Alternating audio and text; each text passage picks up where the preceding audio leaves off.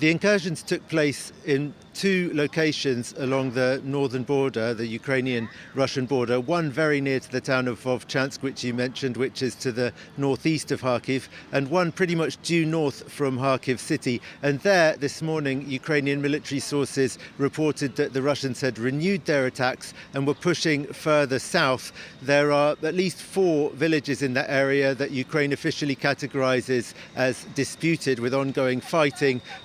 Military sources say that really the Russians have taken control of these 4 villages, and clearly they're trying to take more. So, as expected, the fight seems to have renewed again. Today, the Ukrainian military are saying that they think that the Russians will open fire in other locations as well in those northern parts of Kharkiv region. Gulliver, what can you tell us about the civilians living in Kharkiv region?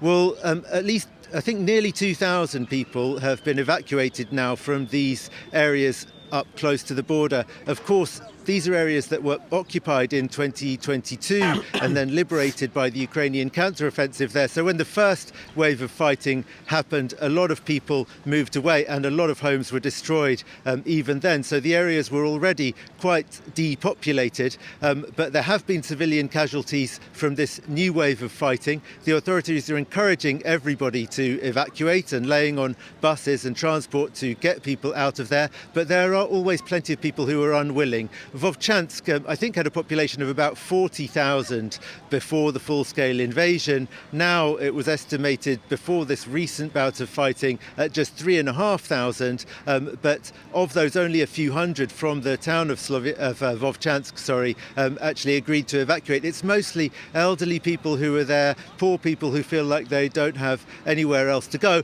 And also in the case of Vovchansk, which is right up against the Russian border and was always trading with Russia, there are quite a lot of people in that town who have pro-Russian sympathies, even still now today.